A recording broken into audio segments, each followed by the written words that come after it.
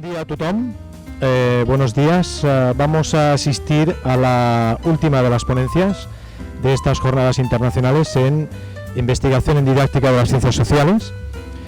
Hemos asistido durante estos 3 días a ponencias muy interesantes, a comunicaciones y experiencias didácticas que han generado un debate, pero lo que vamos a hablar ahora, y de lo que va a hablar el profesor Romero, es lo que no admite discusión en el debate sobre humanidades y educación democrática. Jesús Romero es profesor titular de didáctica de las ciencias sociales en la Universidad de Cantabria, es miembro del equipo del grupo Asclepios desde el 92 y pertenece a la Federación Icaria. Entendíamos que situar esta ponencia al final de las jornadas le daba de alguna manera un sentido para cerrar el círculo.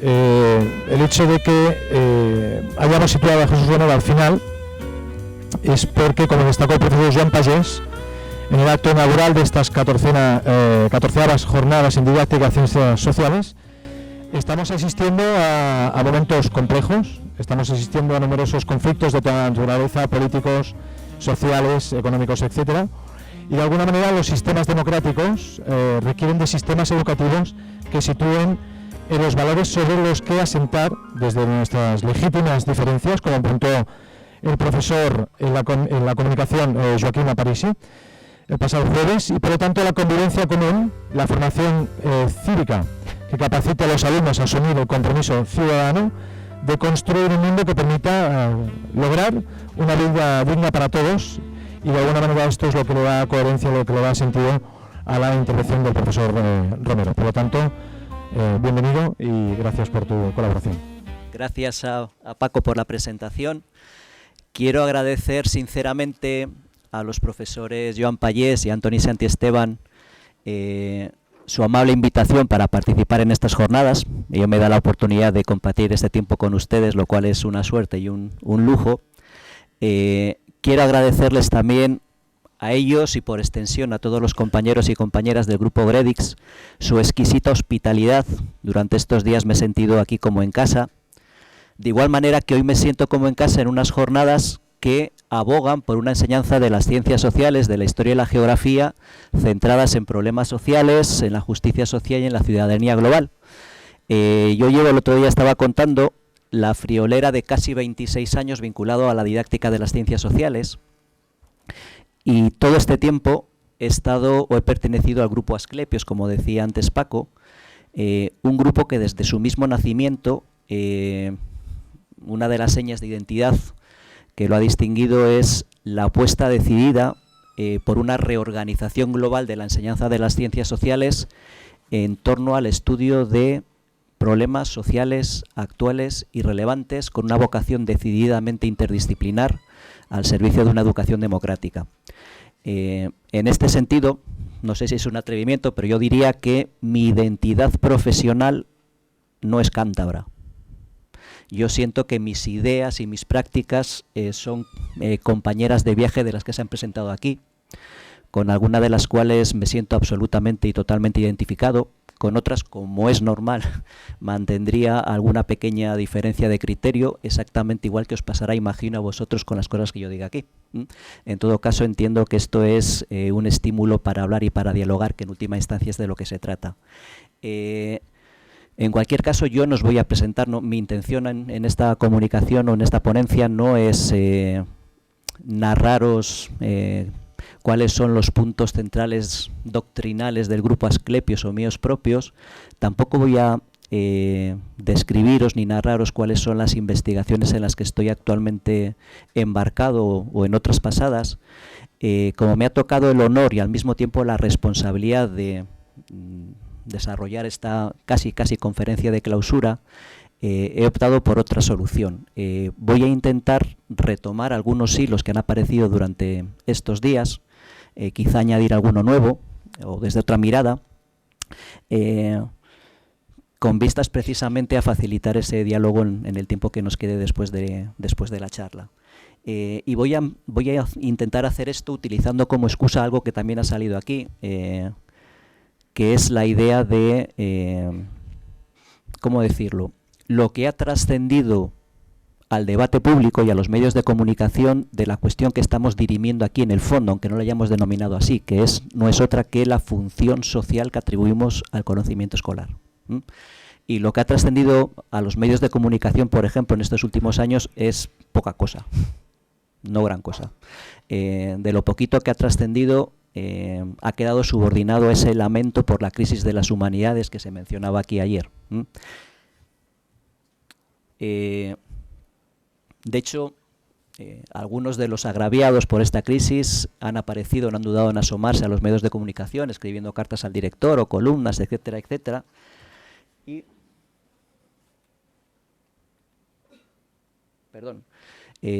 la mayor parte de estas intervenciones o estos comentarios en la prensa adoptan este tono de lamento acerca de algo que nos está matando. Se habla pues de crisis de las humanidades, se habla del fin de las humanidades.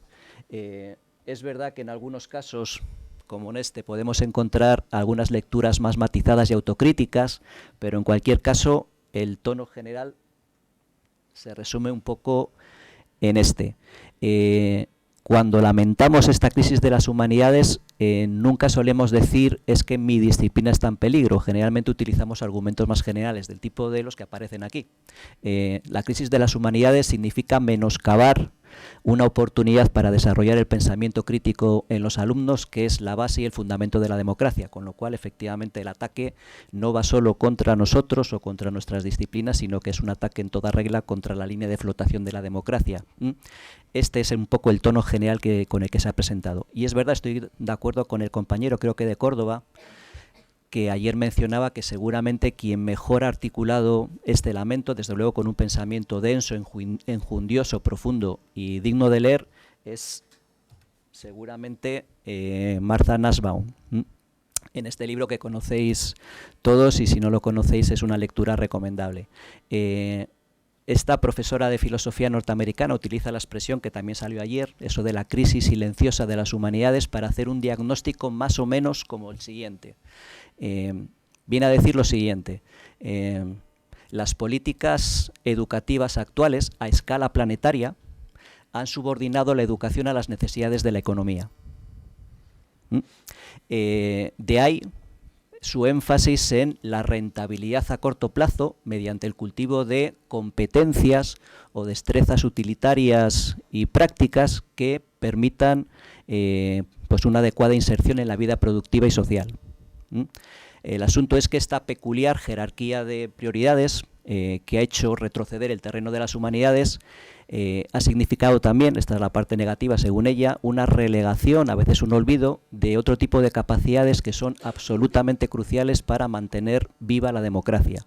En concreto, y en sus propias palabras, la capacidad de desarrollar un pensamiento crítico resistente al poder de la autoridad y de las tradiciones ciegas, la capacidad de trascender las fronteras y las lealtades nacionales y de afrontar los problemas internacionales como ciudadanos del mundo conscientes de las interdependencias, y la capacidad de reconocer al otro como un ciudadano igual que yo, aunque sea de distinta raza, género, religión, orientación sexual, de interesarme por él y por sus dificultades. Simplificando mucho, este es un poco el diagnóstico de Martha Nussbaum, y en líneas generales estoy de acuerdo con él. Estoy de acuerdo con él. Hace ya mucho tiempo que las administraciones educativas no producen discurso propio. Lo que suelen hacer, con mejor o peor fortuna, con más o menos matices, es traducir el discurso que llega de los organismos internacionales. Y a este respecto es muy significativo que si en la década de 1960 y 1970 quien tenía un poco la voz protagonista era la UNESCO, la Agencia de Naciones Unidas para la Promoción de la Cultura, desde los años 80 en adelante, digamos que el discurso dominante que llega a la educación no procede de ahí, sino de la OCDE, del Banco Mundial, del Banco Interamericano de Desarrollo, y esto desde luego es muy significativo. No es de extrañar que cada vez más se esté insistiendo en la educación como herramienta de la política económica, y en particular de las políticas económicas de oferta alentadas por el dogma neoliberal en respuesta a la globalización. Un poco lo que se plantea es lo siguiente: como los países individuales o cada país no tiene poder individual para contrarrestar los flujos transnacionales y como no existe voluntad colectiva para regularlos, por lo que se inclinan es más bien por facilitar la adaptación de sus ciudadanos a este escenario. En primer lugar, flexibilizando su formación para que puedan afrontar la incertidumbre asociada a la velocidad de los cambios,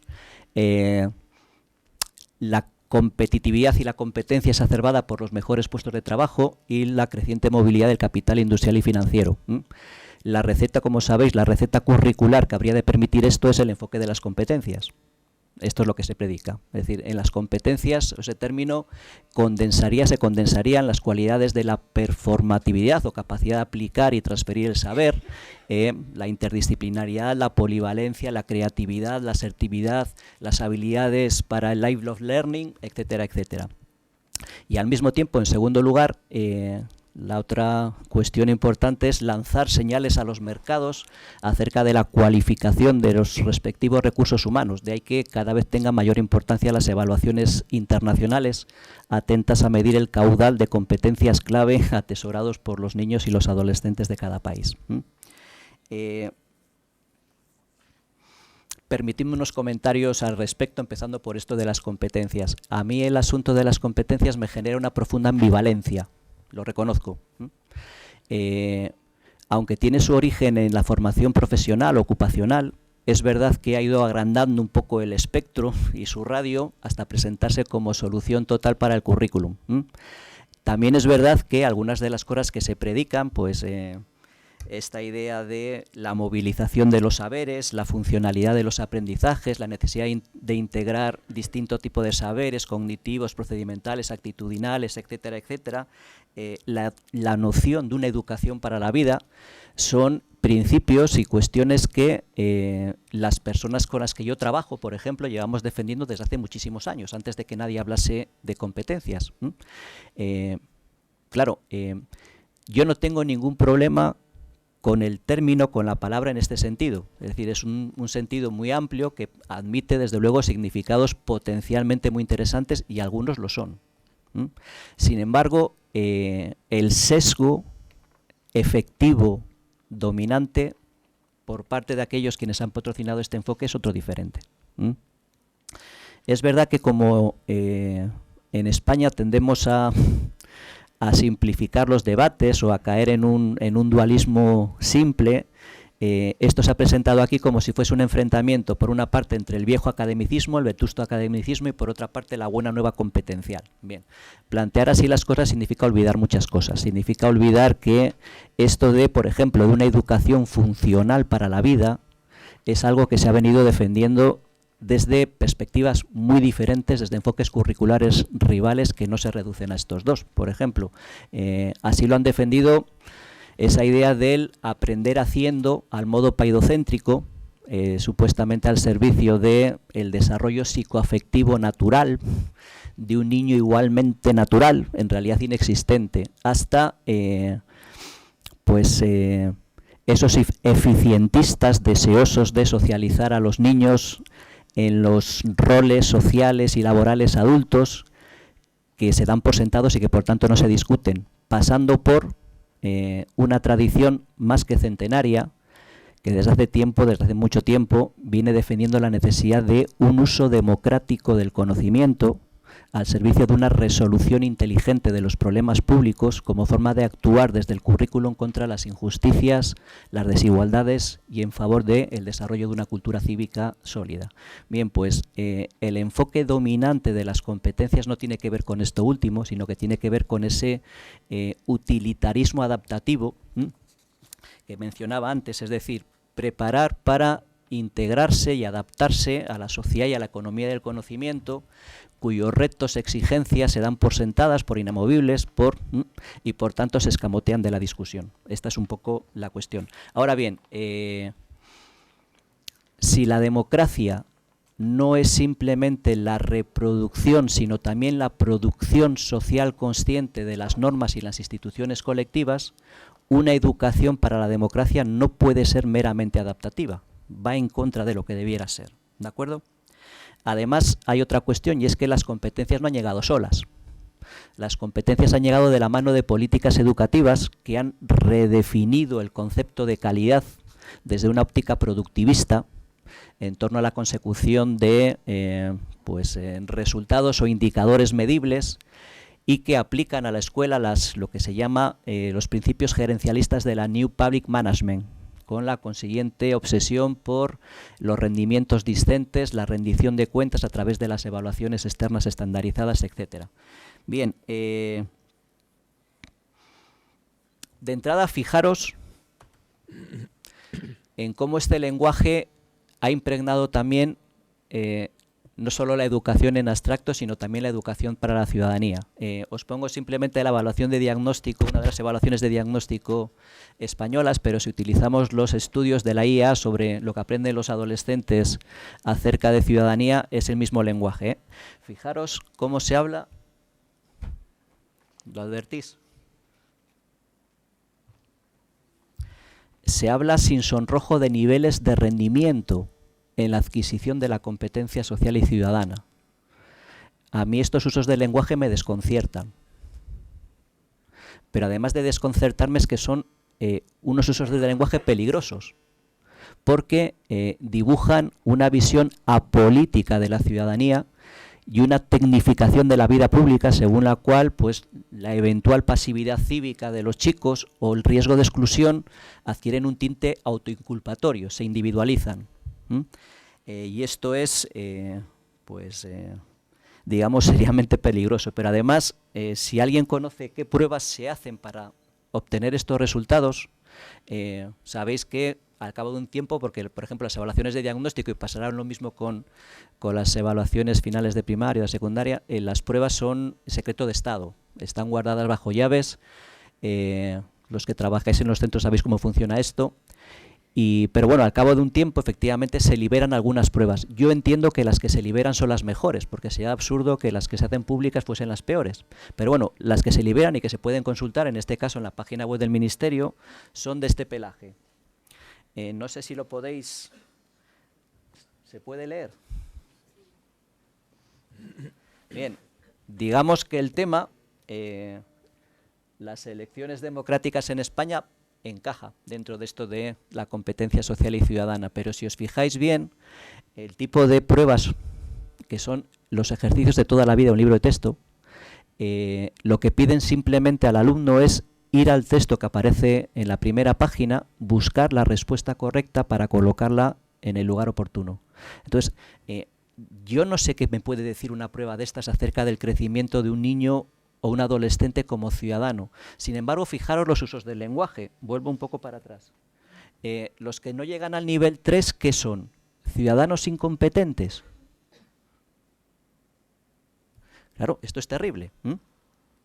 Es más, allí donde estas evaluaciones externas tienen consecuencias serias, en Estados Unidos las llaman high stake test, es decir, exámenes con consecuencias severas, consecuencias en la financiación de los colegios, consecuencias en el salario de los profesores. Este tipo de políticas gerencialistas están teniendo efectos muy negativos que ya ha documentado la investigación empírica. Por ejemplo, hace poco más de un año, un profesor de estudios sociales de la Universidad de San Diego, creo, Evans, publicó este libro muy interesante. Fijaros el título ya es ilustrativo. Es algo así como enseñar a ciudadanos corporativos cómo las reformas centradas en la rendición de cuentas están dañando la educación cívica y minando la democracia. Bien, pues pone ejemplos de maestros concretos de aula que reflejan muy bien, además de una manera fenoménica, a qué se quiere referir. Os pongo un testimonio de una maestra. No sé si se puede leer, si no, lo leo en alto. En verano de 1999 me preparaba para impartir la historia de Estados Unidos de 8º grado, más o menos el equivalente a 14 años. La asignatura tiene 30 temas para 36 semanas de clase. Una locura. Decidí hacer un recorte juicioso. Aunque me inquietaba pasar cosas por alto, me gustaba mi planificación. Me ayudó al respecto a la actitud desdeñosa de mi director hacia los exámenes estandarizados. Por tanto, mis alumnos y yo pudimos centrarnos en el análisis de la democracia. Tuvimos discusiones apasionantes sobre el equilibrio adecuado entre la libertad individual y el control gubernamental. Después empezó la vorágine. Resultó que no era tan fácil hacer caso omiso a las pruebas estandarizadas.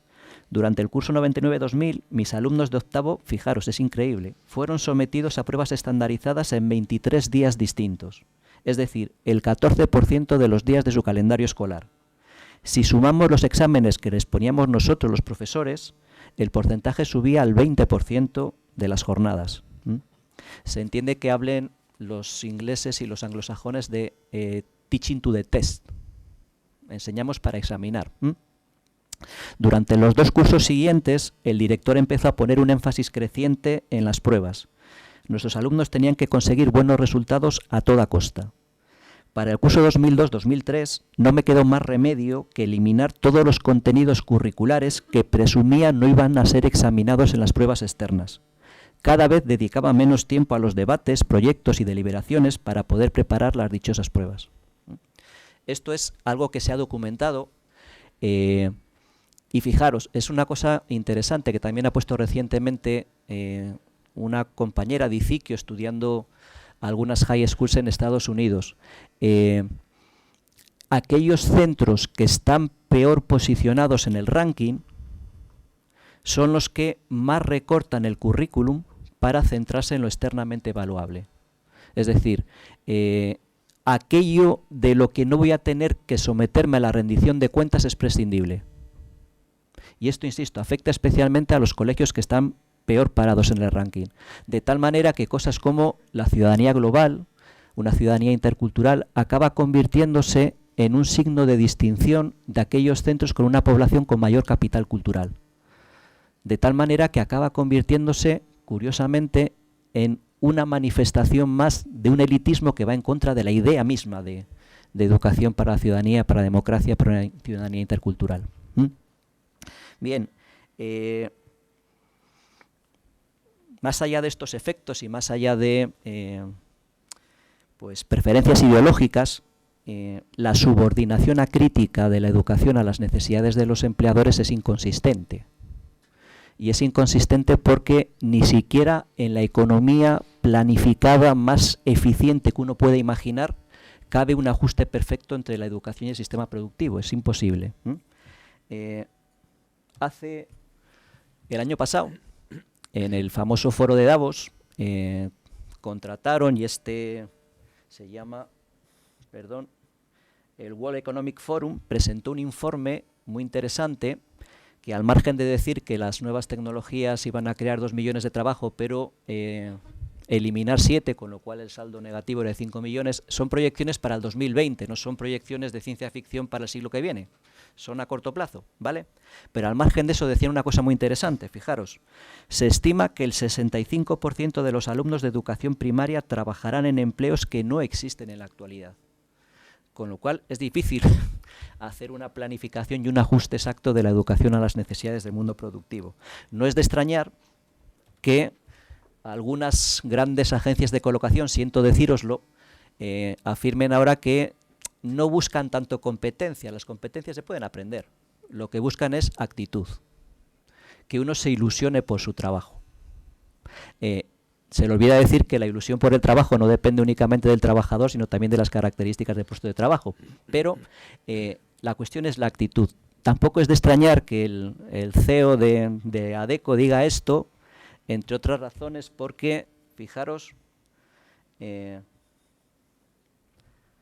los 700.000 puestos de trabajo que se han creado en España entre el 2013 y el 2015, más de la mitad están ocupados por trabajadores que tienen bastante más cualificación que la que exige ese puesto de trabajo. De hecho, esto se puede proyectar al conjunto de la población activa en España, y el 52,8%, un 6% más que antes de comenzar la crisis, de más o menos 9,5 millones de trabajadores, ocupan puestos de trabajo con inferior cualificación a la que ellos tienen.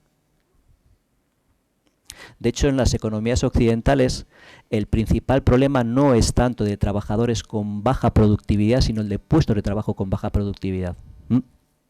Bien,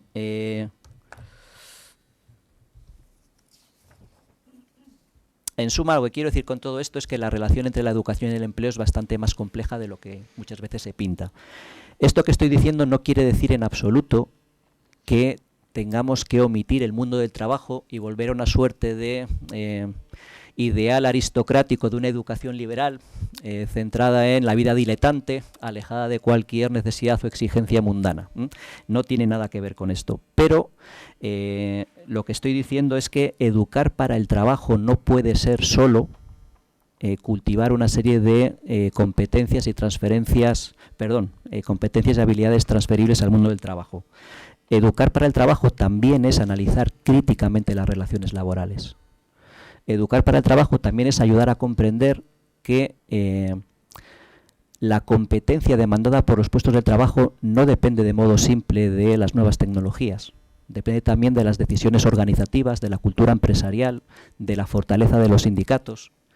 Educar para el trabajo también es desarrollar una actitud cívica, crítica, informada acerca de cuestiones como estas que os voy a mencionar ahora. No ya solo el drama del paro, que es evidente, sino la creciente degradación de los puestos de trabajo. Si os fijáis en este estudio de un profesor de economía de la Universidad de Oviedo, muy reciente, veis que la tasa del riesgo de pobreza ha aumentado considerablemente en los parados, obvio. Veis que también ha aumentado en otras personas inactivas, pero fijaros, se ha mantenido más o menos en los jubilados, pero fijaros que ha aumentado casi 10 puntos en los que tienen la suerte de tener trabajo.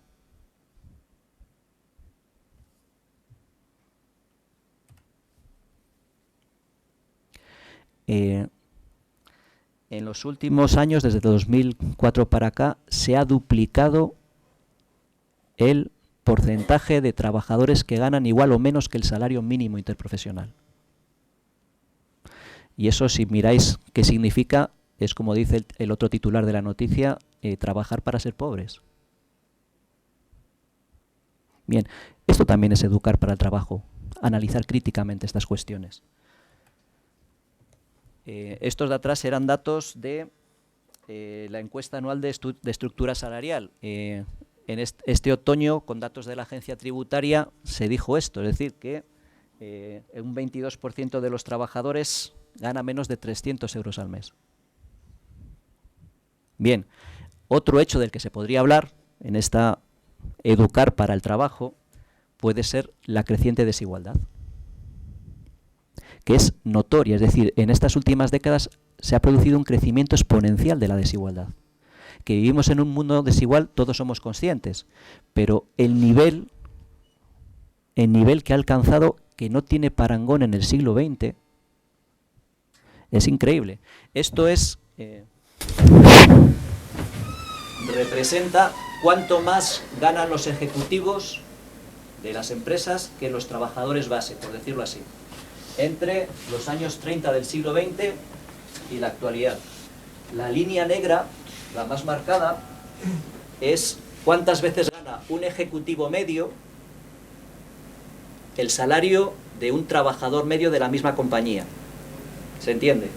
Esta última línea, la punteada, es cuántas veces más ganan el top 10 de los ejecutivos el salario medio de los trabajadores de las mismas empresas.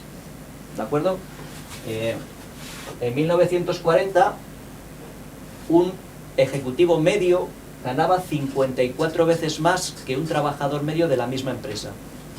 El top 10, pues no lo dice, pero más o menos 100 veces más. ¿De acuerdo? Esto es muy interesante porque, fijaros, después de la Segunda Guerra Mundial, hasta los años 80, esa desigualdad cayó. No es que desapareciese en absoluto.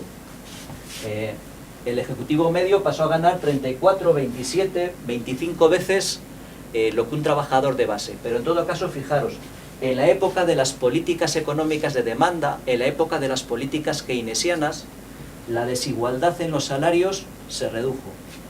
Pero fijaros a partir de los años 80, con la implantación, la generalización y la difusión de las políticas neoliberales.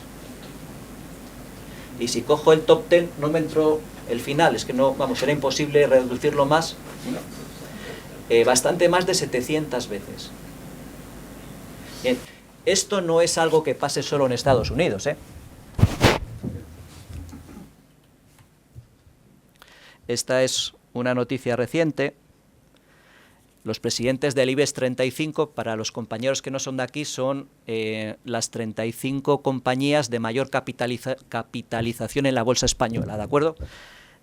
Ganan 158 veces más que un salario de base, lo que supone, fijaros, un aumento del 81% en este año con respecto a 2 años anteriores. Casi nada. Estos son datos oficiales de la OCDE. Aquí analizan la variación porcentual experimentada por el índice de Gini entre 2007 y 2011 en lo que se refiere a la distribución de lo que ellos llaman ingresos de mercado. Lo que llaman ingresos de mercado son los salarios y las rentas de capital. Bien, pues aquí se refleja cómo ha evolucionado la distribución de estos salarios y las rentas de capital entre el 2007 y el 2011. Obviamente, como es variación porcentual sobre el índice de Gini, cuanto más alta sea la barra es que se ha hecho más desigual, y si la barra está por debajo de 0 es que al revés, se ha hecho más igualitaria. Bueno, pues buscar por favor la situación de España. ¿Dónde está España?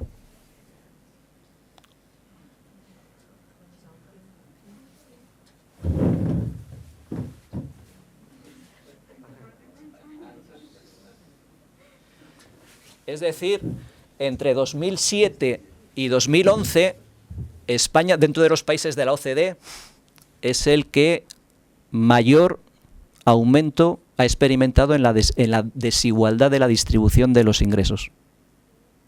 No es de extrañar que esto es otro informe más reciente, este es de noviembre de este año. Como consecuencia de que entre esos años España ha sido el país con mayor aumento de la desigualdad, nos estemos acercando al pelotón de cabeza de países desiguales de la OCDE. Bien.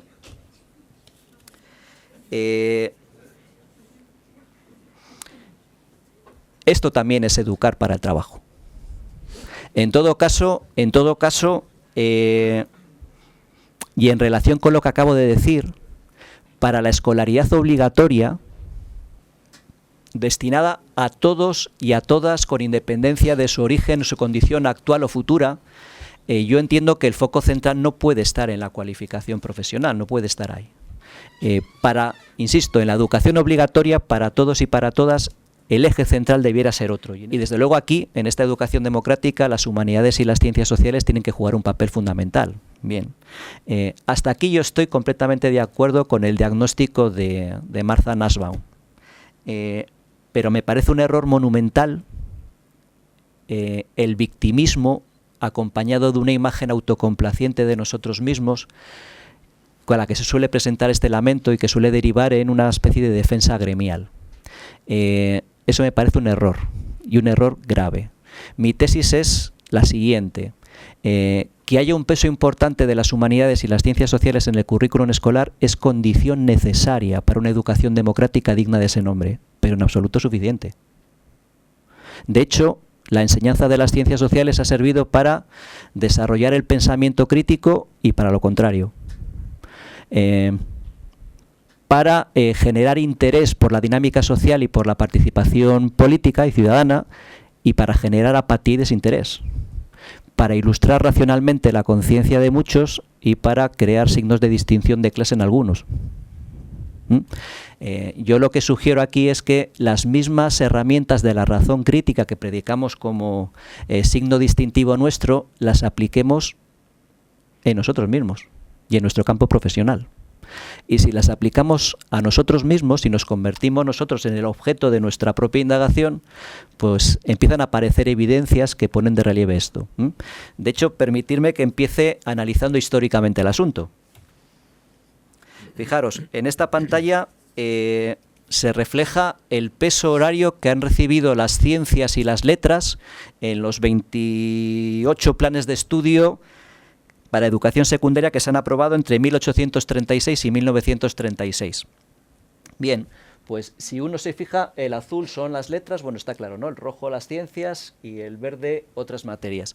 Si uno se fija en el gráfico, se imponen dos evidencias. De entrada, nuestra educación secundaria ha tenido históricamente un fuerte peso humanístico.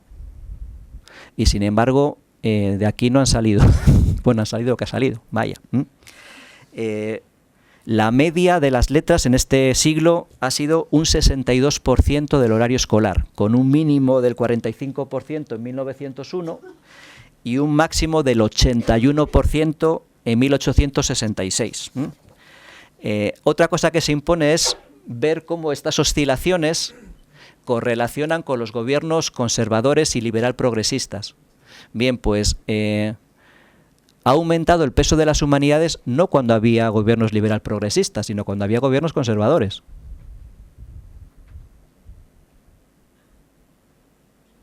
Bien, el mayor peso, de hecho, se lo dio el marqués de Orobio. Seguramente os sonará, los que habéis estudiado historia, porque fue ese que montó un par de follones en la universidad al querer controlar la libertad de cátedra, prohibiendo cualquier tipo de enseñanza que fuese en contra de la religión, la monarquía o el sistema político vigente. Bien, pues si vemos el plan de estudios de 1866, de entrada nos encontramos con una cuestión interesante. ¿Ves? Esto de la crisis de las humanidades no es nuevo. El señor Orobio, en 1866, justifica su plan de estudios como una manera de defender las humanidades frente a las amenazas utilitaristas. Y si os fijáis en los argumentos, salvando la distancia temporal, veis que tampoco difieren gran cosa de lo que se dice ahora, Después de todo, se está diciendo,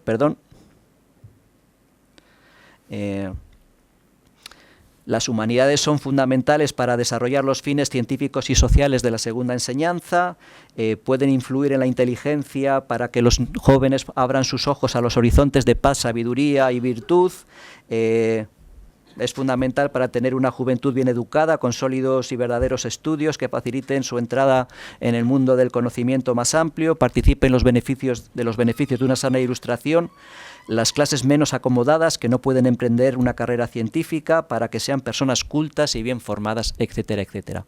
Bien, el asunto es simpático porque, desde luego, el señor Orobio se le puede tachar de cualquier cosa menos de demócrata. No solo el señor Orobio, quiero decir, hoy en día tendemos a ver la democracia como una evolución casi natural del liberalismo decimonónico, y no es así. En el siglo XIX la democracia se presentaba como una ruptura frente al liberalismo, en cuyos planes no entraba en absoluto la participación popular. De hecho, a los más conservadores de los liberales la idea de democracia era sinónimo de anarquía y de desorden. El señor Orobio, como buen representante del moderantismo doctrinario, en lo que creía es en la soberanía de los más capaces, que eso abocaba a un elitismo educacional. Así que no deja de ser sorprendente que hable de cómo los frutos de las humanidades y de la razón pueden extenderse a las clases populares cuando la segunda enseñanza era absolutamente elitista. Fijaros,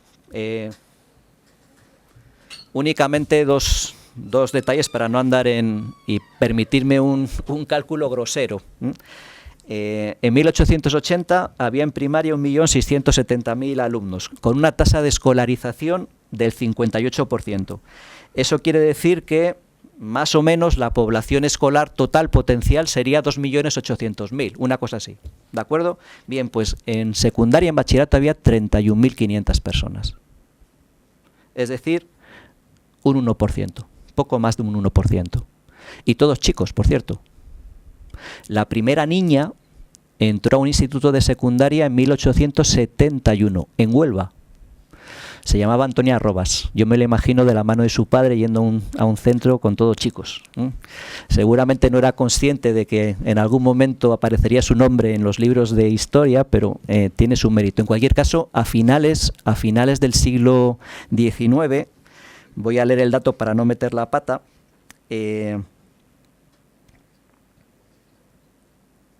solo 24 chicas tenían el título de bachiller. Bien, otro daño, 1931, víspera de la Segunda República. Había 2.397.000 alumnos en primaria con una tasa de escolarización del 51,8%, lo cual significa más o menos una población escolar potencial de 4.600.000. Había 121.000 alumnos en bachillerato, es decir, más o menos el 3%, poco más del 3%. Esto ha cambiado muy reciente en España, Esto ha cambiado muy recientemente en España. Bien, pues como he evidenciado, la historia del currículum, para esta población escolar, la enseñanza de las humanidades lo que proporcionaba básicamente era una especie de cultura ornamental al servicio de la distinción de clase. Eso era el tipo de humanidades que aprendían. Un ornamento, por cierto, que muchos vivían como un auténtico tostón. Y esto se puede evidenciar tanto en manifestaciones de la cultura popular. No he conseguido descubrir cuándo se hizo esta canción, pero sé que en los años 50 se cantaba ya en las escuelas. ¿La conocéis? Algunos seguramente sí.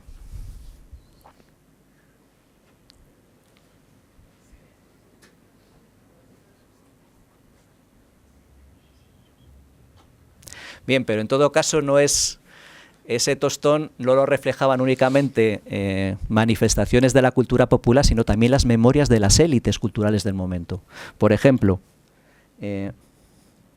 Miguel Unamuno tiene un libro muy bonito que se llama Recuerdos de infancia y mocedad. Y aquí dice lo siguiente: el aula en que teníamos la clase de historia era muy espaciosa y llena de mapas.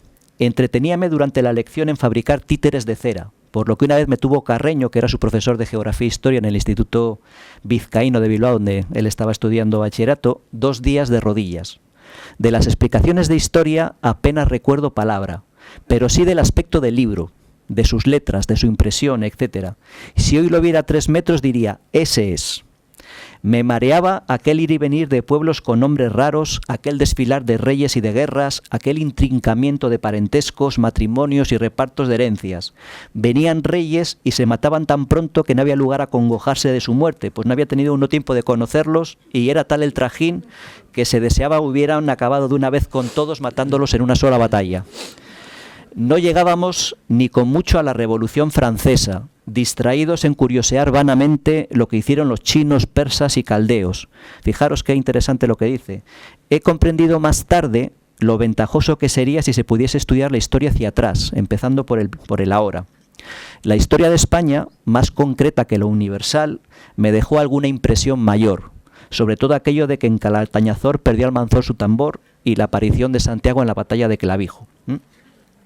Bien, ya sé lo que estáis pensando. Han cambiado muchísimas las cosas y el currículum escolar actual no tiene absolutamente nada que ver con aquello. Vamos a verlo. Este es, como sabéis, el currículum 11 para primero, segundo y tercero de la ESO. No pongo cuarto porque al convertir cuarto en un curso propedéutico con itinerarios distintos hacia bachillerato, formación profesional, la cosa es más compleja. Pero bueno, el currículum de primero, tercero contempla esas asignaturas troncales y esas asignaturas específicas, las 2 primeras obligatorias y después a elegir, depende de la comunidad y también de la oferta formativa de cada centro. Esto es para todo el Estado, no incluyo después tal. Elegir entre 1 y 4 de aquellas asignaturas. Bien, os pido un pequeño ejercicio. Comparar esto, que es nuestro currículum vigente en secundaria, con el primer plan de estudios importante de veras de secundaria, el correspondiente al Plan Pidal de 1845, que fue el que estableció la red de institutos provinciales, que es la base en sentido estricto de la secundaria española. Hacer una comparación, por favor.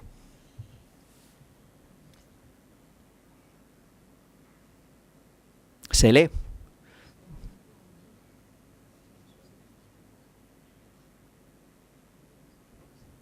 Retórica y poética es como llamaban antes a la literatura.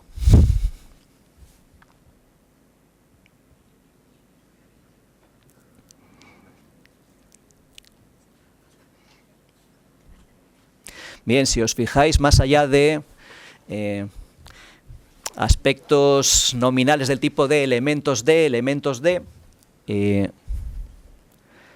vaya, ¿cuál es la diferencia? Me podríais decir que esto de iniciación a la actividad emprendedora y empresarial, que suena como muy moderno. También había algo así, no en el plan del 45, pero sí en el del 68, como veis hay elementos de agricultura, industria, fabril y comercio que cuando uno lee la justificación tiene muchísimo que ver con esto del emprendimiento actual. Vaya.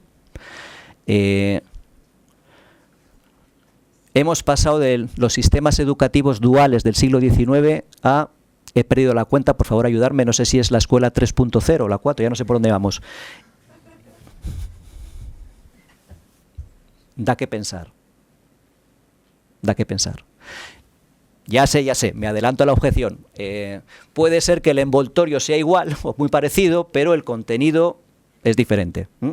Entonces, es verdad que los paradigmas disciplinares de referencia han cambiado sustancialmente y aunque sea con retraso, eso ha ido llegando a las escuelas. Por supuesto que sí. Es verdad que los propósitos y las finalidades que decimos perseguir no son las mismas. Hoy hablamos de otra manera de nuestras disciplinas. Nadie habla de, o casi nadie por lo menos, de la historia, por ejemplo, como maestra de la vida para forjar el carácter individual de cada uno. O no se habla tanto de la historia como la cuna del patriotismo que ha de inflamar nuestros corazones para defender, incluso sacrificarnos por nuestra nación. No se habla así. Pero claro, no basta con quedarnos con las justificaciones retóricas.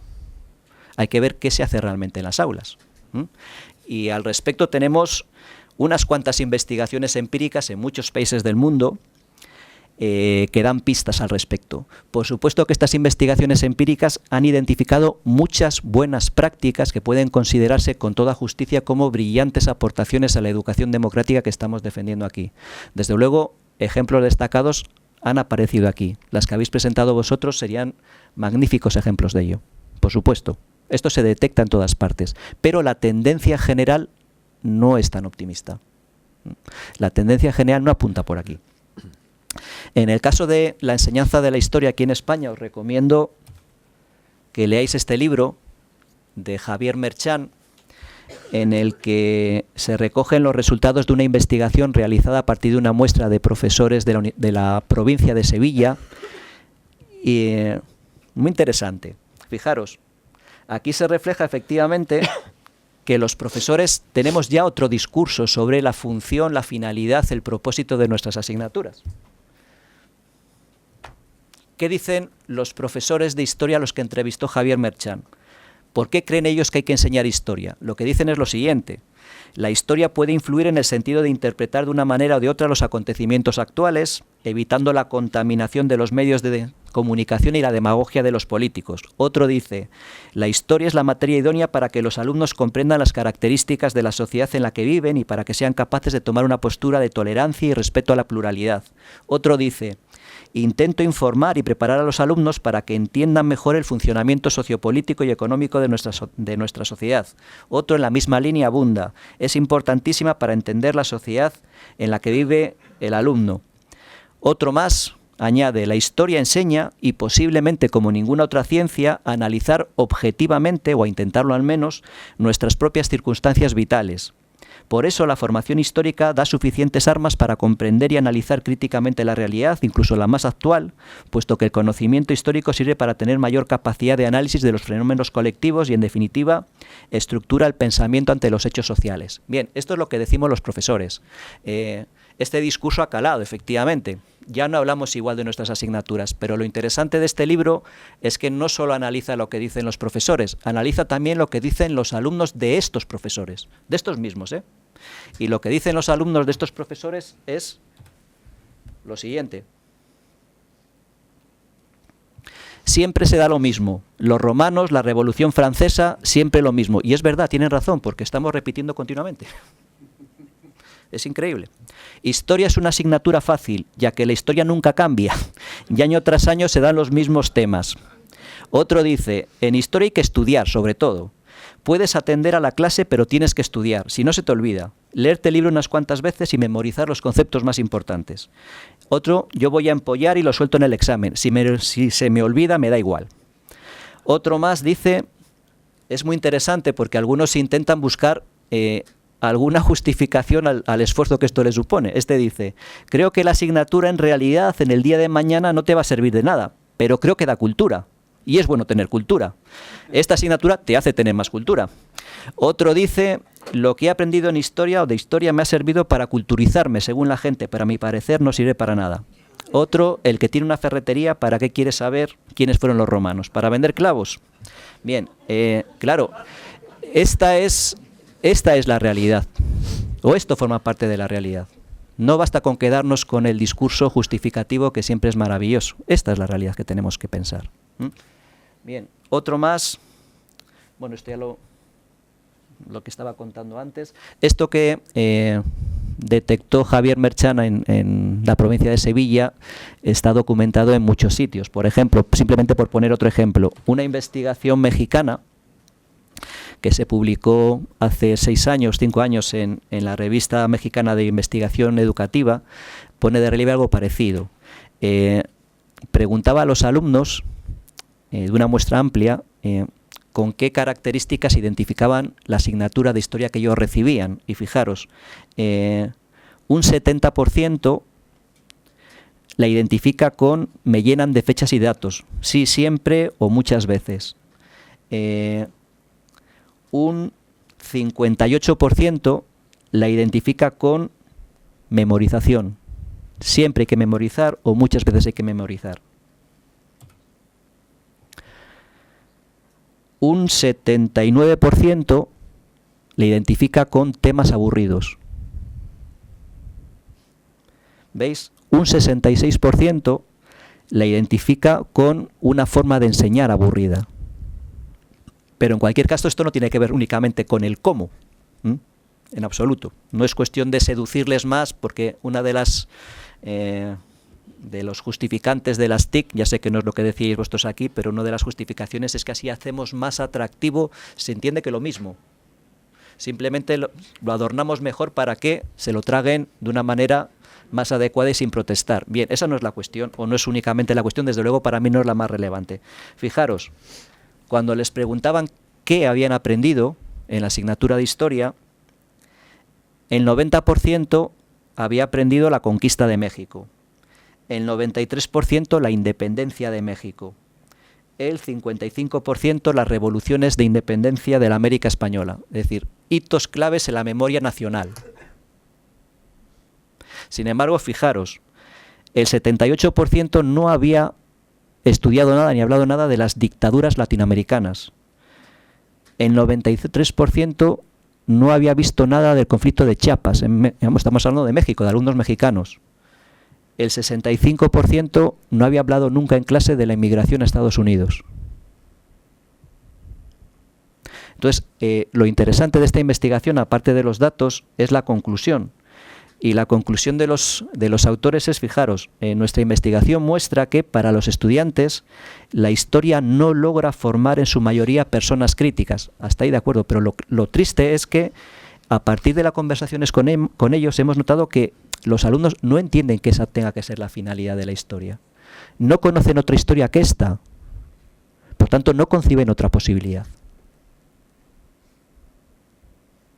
Esta es, en muchos casos, la enseñanza más fuerte que queda del sistema escolar. Porque esto sí que queda, esto sí que pesa. Esto queda ahí. Pero esto es lo terrible, claro.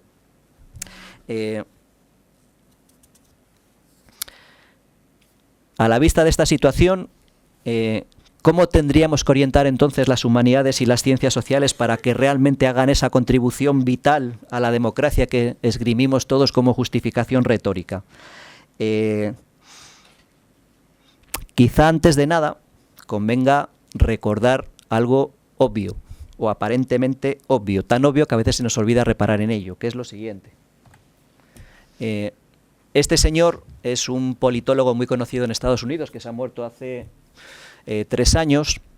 Era un tipo moderado. Nadie en su campo le tacharía de radical ni populista, en absoluto. En absoluto, un tipo moderado. Y en este libro se pregunta, bueno, ¿y eso de la democracia qué es? Vamos a empezar por aquí.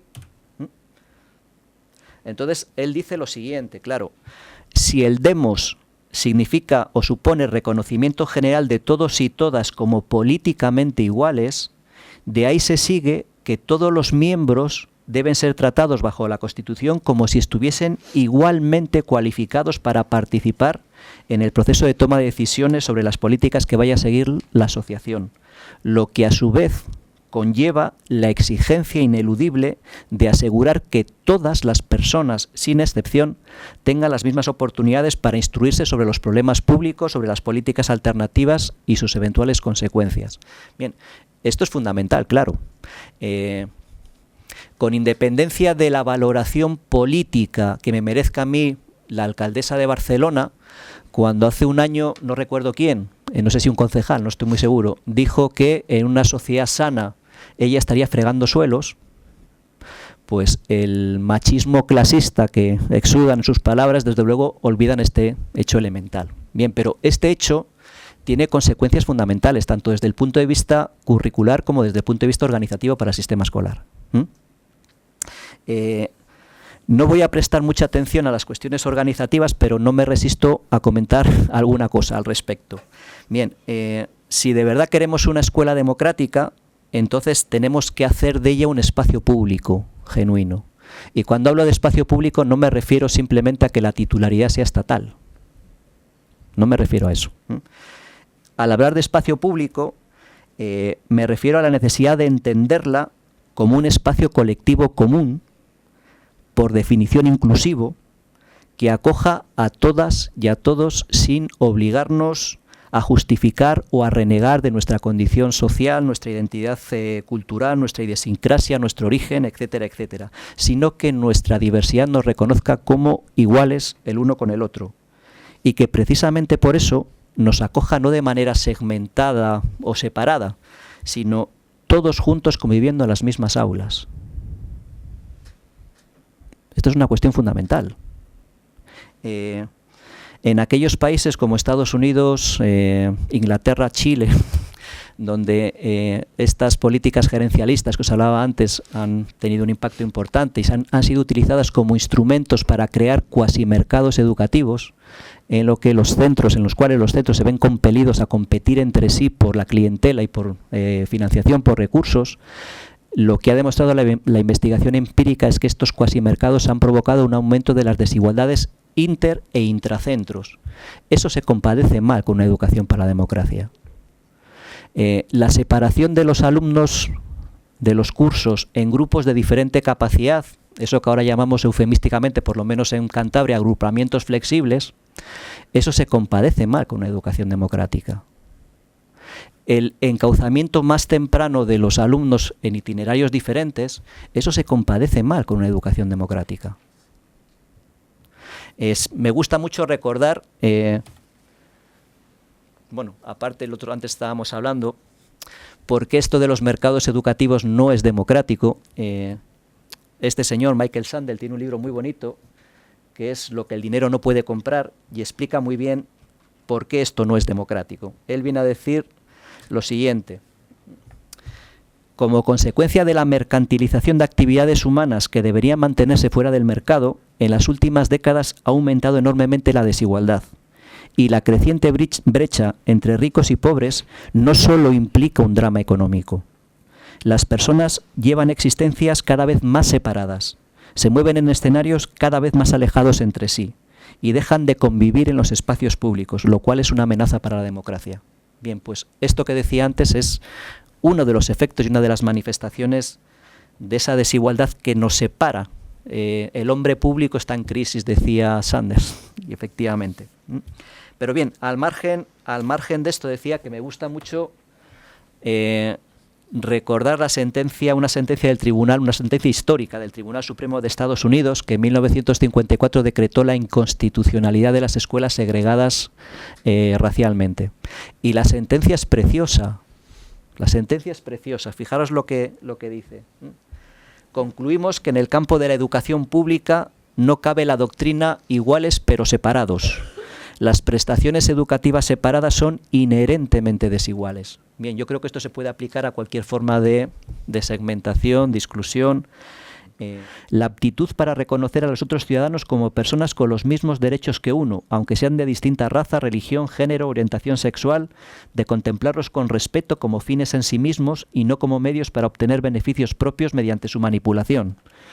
La aptitud para interesarse por la vida de los otros, de entender las consecuencias que cada política implica para las oportunidades y las experiencias de los demás ciudadanos y de las personas que viven en otros lugares. La aptitud para emitir un juicio crítico sobre los dirigentes políticos, pero con una idea realista y fundada de las posibilidades concretas que esto tienen a su alcance. La aptitud para pensar en el bien común a partir de una idea de nosotros liberada de esencias últimas en aras de una concepción cosmopolita de la ciudadanía.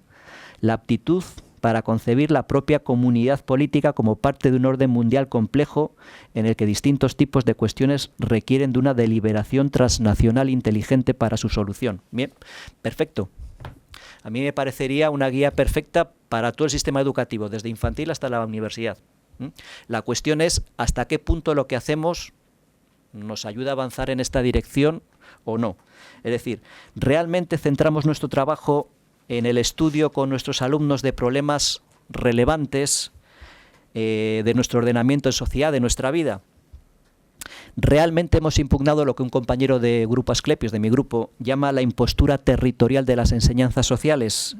¿O seguimos aferrados a ese viejo molde de la historia y la geografía del respectivo territorio, el que sea?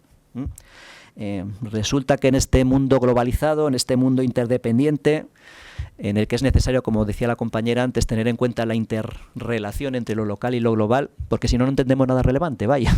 Bien, pues en este mundo en el que cada vez más las dinámicas transterritoriales tienen un poder configurador más importante en nuestras condiciones de vida, en este mundo, digo, es necesario crecer como lo que David Hell llama ciudadanos múltiples, si queréis, como ciudadanos globales. Imprescindible. Es verdad que el nacionalismo explícito de antaño se ha diluido un poco, ahora algunos hablan de la nación invisible, no porque no está, pero bueno, se ha invisibilizado un poco, al menos en parte. Pero en todo caso, tras ese marcador de pertenencia territorial al que yo me refería antes, sigue vivito y coleando muchas veces una definición organicista de comunidad política. ¿Cómo encaja eso con el hecho de que las sociedades actuales son cada vez más plurales, más multiculturales? ¿Estamos educando de verdad para una ciudadanía intercultural? Bien, en algunos casos sí, por supuesto, y en algunos casos fantásticamente muy bien, en otros no. Es más, cuando se nos obliga a decir por qué no lo hacemos, damos argumentos. Y suelen ser argumentos de este pelaje. Uno es este.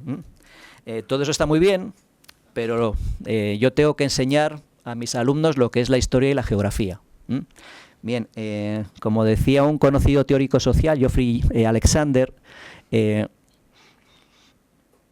no hay nada en la epistemología de una disciplina, la que sea, que obligue a tratar ciertos temas u otros, en absoluto. Los participantes o los científicos que trabajan en esa disciplina estudian lo que consideran científicamente problemático, que va variando por otra parte. No existe algo así como una estructura epistemológica inviolable en cualquier disciplina, eso no existe.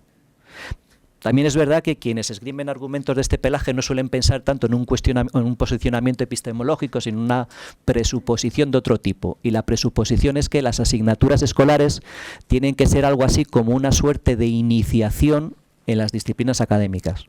Bien, como las disciplinas académicas son cuerpos complejos de conocimiento, lo que hacemos es las troceamos, las desagregamos en elementos simples y empezamos por el principio, por lo más sencillo, de tal manera que como cualquier postulante, como cualquier novicio, hay que empezar por lo aburrido y por lo mecánico antes de que uno pueda llegar a los misterios esenciales que se reservan únicamente a la casta sacerdotal. Misterios esenciales como la idea de que el conocimiento es una construcción provisional y revisable, pero mientras tanto, para muchos, violencia simbólica. Bien, mientras entendemos que los niños o los adolescentes no tienen madurez suficiente, por ejemplo, para enfrentarse a ciertas cuestiones, y lo que hay que hacer es poner ahora unas bases. Aunque eso signifique omitir cuál es el problema de conocimiento o el problema real que motivó ese conocimiento, simplemente ponemos las bases y ya se darán cuenta más adelante de cuál es el valor, cuál es el significado que tienen. Esto lo solemos hacer mucho los maestros. No sé si esto como es como en bolsa, lo que los hackers, bueno, no hackers no, los ¿cómo se llaman? Los brokers. Los brokers, efectivamente, llaman inversión en futuros. El valor ya llegará después, ya esperemos que sí. Claro, cuando se plantean cosas de este tipo, es decir, que el valor de nuestras asignaturas es un valor diferido, ya se enterarán para qué sirve esto. Yo pienso muchas veces en experiencias personales. Yo, por ejemplo, por poner una de ellas, me encontré en segundo de BUP, yo hice BUP, los logaritmos en matemáticas. Yo era bastante hábil y resolvía los problemas. Otra cosa es que no sabía lo que estaba haciendo, pero vamos, sacaba buenas notas en matemáticas. Y algunos compañeros y compañeras, me ajustaba más al perfil del buen alumno, lo que es para buenos alumnos, y no hacía estas preguntas impertinentes, pero algunos compañeros sí decían, bueno, ¿y esto para qué sirve, profe? Y la respuesta era algo muy similar, ya lo descubrirás. Tú ahora sigue lo que te estoy explicando.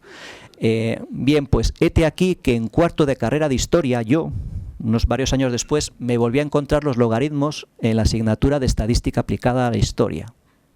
Y descubrí, para mi gran sorpresa, que efectivamente los logaritmos eran utilísimos, fundamentales para calcular tendencias de las que se sirve la historia demográfica, la historia económica, la historia social.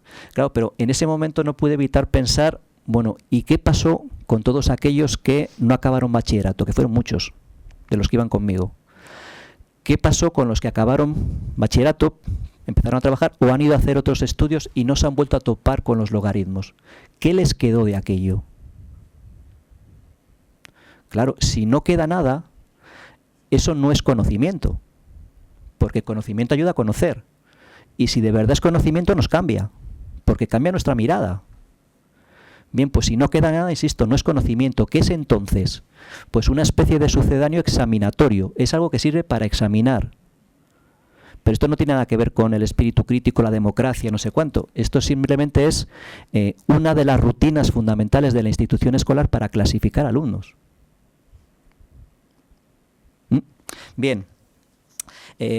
Estos dilemas y otros más de los que voy a comentar hace mucho tiempo que están planteados. Voy a poner deliberadamente ejemplos históricos para que veáis que los que estamos aquí y muchas más personas caminamos a hombros de gigantes, como decía Newton.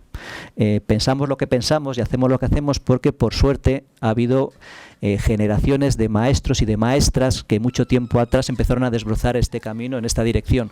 Y algunas de las preguntas que plantearon y algunas de las respuestas que dieron siguen siendo absolutamente vigentes. Por ejemplo, ante esta idea de ya lo entenderás, me gusta mucho lo que escribió, este es un filósofo y matemático inglés. En este libro, los fines de la educación, fijaros que él decía, es una expresión que me encanta, él decía que la principal finalidad de la educación debería ser convertir el conocimiento en vida. Fijaros qué expresión tan maravillosa, qué bonito. Convertir el conocimiento en vida. Bueno, pues en este librito dice en un momento lo siguiente. Perdonadme. Prefiero leerlo aquí porque si no me va a dar tortícolis. Dice, era una charla ante maestros y decía, me dirijo a ustedes como maestros prácticos. Con buena disciplina siempre se puede introducir en la cabeza cierta cantidad de conocimientos inertes. Ustedes toman un libro de texto y hacen que los alumnos lo aprendan. Cuanto más, mejor. El niño sabe entonces resolver una ecuación cuadrática. Supongo que será de segundo grado, no sé. Pero, ¿cuál es el objeto de enseñar a un niño a resolver una ecuación cuadrática? Hay una respuesta tradicional a esa pregunta y es la siguiente. La mente es un instrumento. Primero se afila, ya se utilizará más tarde. En esa respuesta subyace, dice él, una de las concepciones más erróneas y peligrosas de la educación. Y esto es lo interesante. No pueden ustedes postergar la vida de la mente hasta que haya sido afilada. El interés que ofrezca vuestra asignatura, vuestra materia, debe ser invocado aquí y ahora. Los poderes que ustedes fortalezcan en el alumno deben ser ejercitados aquí y ahora. Las posibilidades de vida mental que imparta vuestra enseñanza deben ser exhibidas aquí y ahora. Esta es la regla de oro de la educación, decía él. Bien, otra de las respuestas que se suele dar es esta. Bueno, sí, ya, pero hombre, hay que empezar por el principio. Bien, esta es una de esas afirmaciones de perogrullo que ocultan más de lo que dicen. ¿Cuál es el principio? En historia, la prehistoria. En geografía, la geografía física. En historia de la filosofía, los presocráticos. En lengua, el consabido tema de cómo es emisor, receptor, mensaje, canal, y después los determinantes, los sustantivos, los adjetivos, los verbos, etcétera. Ese es el principio. Bien.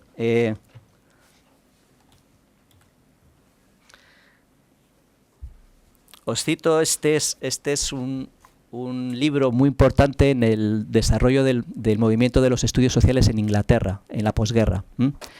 Y dice una cosa muy interesante. Decía, estos señores, en 1953 ya existía secundaria para todos en Inglaterra desde 1944, pero todavía era mayoritariamente selectiva. Estaba dividida en 3 tipos de centros. Las grammar school, los centros prestigiosos para los alumnos académicamente encaminados, las técnicas, y para el mogollón, los que estaban abocados a empezar a trabajar, nada más acabar la secundaria, las modern school. Pero ya empezaba a haber movimientos en contra de esa división y abogar por una reforma comprensiva. Bien, pues estos señores decían lo siguiente: buena parte de nuestra práctica ha nacido de la lucha continua por crear un contenido y unos métodos más adecuados para educar al conjunto de la ciudadanía que la educación verbalista tradicional de los académicamente encaminados. Sin embargo, fijaros, esperamos que los profesores de estos últimos encuentren también algo de valor a nuestras sugerencias, pues de lo que estamos hablando es de la educación del sujeto público, y eso en democracia es algo que nos concierne a todos sin excepción. Bien, uno de los principales problemas, dice él, es la falta de relación entre lo que enseñamos en la escuela y la vida de los niños. Y dice, esto puede ser un resultado del deseo de los profesores de empezar por el principio y de poner una base sólida, pero quizá nos equivocamos en nuestra noción del principio. El principio en historia o geografía es el punto en el que discurre nuestra vida, nuestros propios aquí y ahora, en una relación particular espaciotemporal. Hay un peligro en afirmar que ponemos los cimientos como una justificación de lo que hacemos. A menudo estamos tan ocupados poniendo esos cimientos que no levantamos ningún edificio. Bien, me parece perfecto, la argumentación me parece perfecta. Por poner ejemplos que no sean solo de historia, esto no nos afecta únicamente a nosotros. Está considerado como el manual de secundaria, el libro de texto de lengua inglesa, en este caso, más influyente del siglo XX en Inglaterra. Representa una tradición que malogró el thatcherismo, ¿de acuerdo? Pero responde a una idea de el inglés, de la lengua, como un medio para el crecimiento personal y social de los individuos. Fijaros cómo se titula el libro de texto, que es magnífico. Un poco el punto de partida es, el punto de partida no puede ser la gramática. La gramática es un medio necesario, pero no es el punto de partida. ¿El punto de partida cuál es? Pues ellos pensaban, vamos a ver, hay una relación indudable entre lenguaje y pensamiento. Una persona no puede pensar sobre aquello que ni siquiera es capaz de nombrar. Por tanto, nuestro punto de partida, nuestro punto de llegada tiene que ser enriquecer la capacidad que los niños tienen a partir del lenguaje que utilizan en su vida cotidiana, enriquecer su capacidad de designar, de describir, de explicar la realidad y poder formalizar su pensamiento para crecer como ciudadanos con voz, como sujetos con voz, como ciudadanos. Fantástico. Efectivamente, esto es otra noción de cuál es el principio, ¿de acuerdo? Bien, pero hay más objeciones. Otra de las objeciones es, hombre, sí, pero tampoco hay que ser tan radical. Después de todo, la enseñanza de las ciencias sociales permite desarrollar un pensamiento crítico y ciertos valores y actitudes mentales que educan per se en la ciudadanía. Bueno, esto es muy tranquilizador. Enseñamos ciencias sociales y ya está todo arreglado. Ya hemos visto que no es así. De todas maneras, fijaros, voy a poneros un argumento frente a este tipo de argumento de una asociación que se fundó en Inglaterra en 1934, se llamaba así, la Fundación para la Educación en Ciudadanía, a la que pertenecieron personajes ilustres, gente muy importante. Entre ellos, como veis, el economista Beveridge, que es uno de los padres del estado de bienestar británico, el profesor de teoría social y económica Cole, que aquí en España lo conocimos en los 60, 70, porque se tradujo una historia del movimiento obrero en Inglaterra, Barbara Wootton, que era un economista, socióloga y política socialista, y fue la primera mujer en entrar en la Cámara de los Lores con derecho de asiento, de voz y de voto, o Harold Laski, que era un profesor de ciencia política en Londres y que fue presidente del Partido Laborista en 1945. Bien, pues el propósito de esta asociación, como pone ahí, es hacer avanzar la educación ciudadana, entendiendo por la misma la formación de las cualidades necesarias para los ciudadanos de una democracia, el fomento de un pensamiento claro sobre los asuntos públicos y la adquisición de un conocimiento del mundo actual. Bien, perdonadme. Bien, pues un año más tarde publicaron este libro, Educación para la Ciudadanía en las Escuelas Secundarias, esta asociación, que tiene un argumento muy interesante al respecto. A ver si consigo ponerlo. Vaya. Dicen, no tiene sentido pensar que la educación cultural académica habitual, por sus supuestas virtudes intelectuales inherentes, por su rigor mental, por desarrollar el pensamiento crítico, etcétera, sea en sí misma suficiente para educar en la ciudadanía. Un aprendizaje que no sea cívicamente relevante, no importa que sea de un tipo elevado, no forma en sí mismo un ciudadano competente. Un sujeto que sea la máxima autoridad en las comendas medievales, el romanticismo o las últimas teorías de ciencia física, no necesariamente es capaz de formarse una opinión sensata sobre cuestiones de interés general. Si uno quiere formar a los alumnos para cierto propósito, estos deberían estudiar materias no solo porque se suponga que son buenas para la mente, sino porque son útiles para ese propósito. Esto se ve como algo obvio cuando preparamos para una profesión. Nadie piensa en formar médicos mediante el aprendizaje del hebreo o ingenieros a través de la teología. Seguramente debería reconocerse que es importante por igual educar a los ciudadanos directamente, mediante el análisis y la discusión de los principales problemas y controversias públicas, y no indirectamente a través de los contenidos acostumbrados. El pensamiento crítico, decían ellos, no se forma en abstracto, sino a través de su cultivo y aplicación en ámbitos de problemas singulares. Lo suscribo plenamente, 80 años más tarde.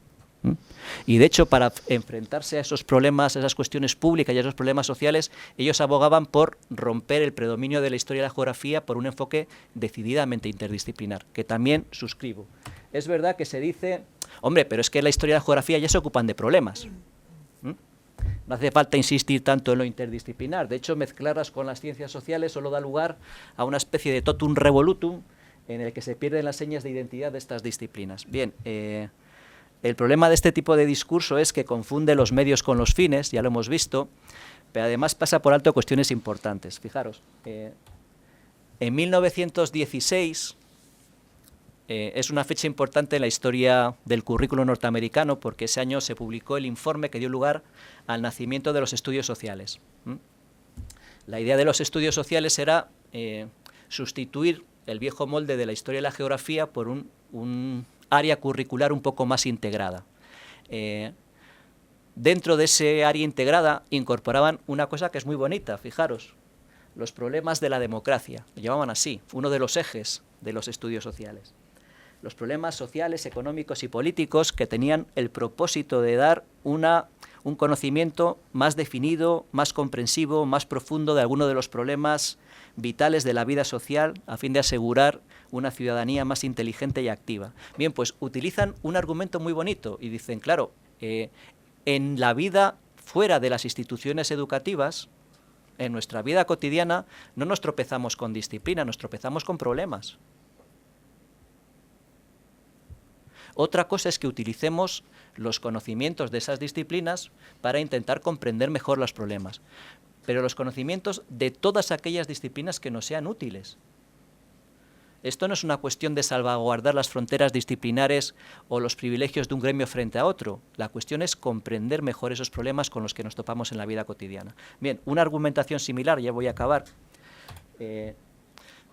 yo la encontré en John Berger. y permitirme que le haga un pequeño homenaje, porque es un, sabéis, le conocéis, ¿no? Un ensayista, teórico de arte, de la imagen, novelista, un tío brillante, que tiene la enorme habilidad de, con una escritura aparentemente sencilla, alcanzar una profundidad de pensamiento increíble. A mí me ha acompañado muchas veces y momentos importantes de mi vida la lectura de John Berger, así que aprovecho este foro para prestarle un pequeño homenaje porque se murió hace un mes. ¿De acuerdo? Entonces, en un artículo que primero salió en la prensa, pero después se recogió en este libro, que es un libro fantástico, una recopilación de ensayos, él utiliza un argumento que es el que yo mejor me he encontrado para defender una aproximación interdisciplinar. Y él viene a decir más o menos lo siguiente. Las disciplinas son la forma social de organización de la ciencia que ha tenido más éxito históricamente, aunque ahora ya está en cuestión. Pero es así. Entonces, a la vista de que es la forma de organización social que más éxito ha tenido de organizar el conocimiento científico, se entiende, dice él, que ante cualquier problema exista la mirada desde cada una de las disciplinas. Pongo un ejemplo.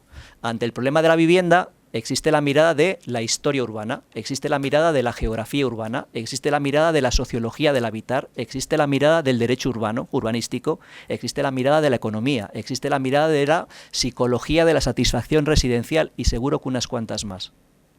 Pero él decía, y esto es lo bonito, dice, claro, cómo está organizada la sociedad explica que existan estas distintas miradas desde cada una de las disciplinas. Pero él añadía, sí, pero la persona que sufre el problema no lo sufre a cachos. No sufre únicamente el cacho que analizan los historiadores o los geógrafos o los sociólogos o los economistas o quien sea. Lo sufre entero. Y él utilizaba una expresión que es muy bonita.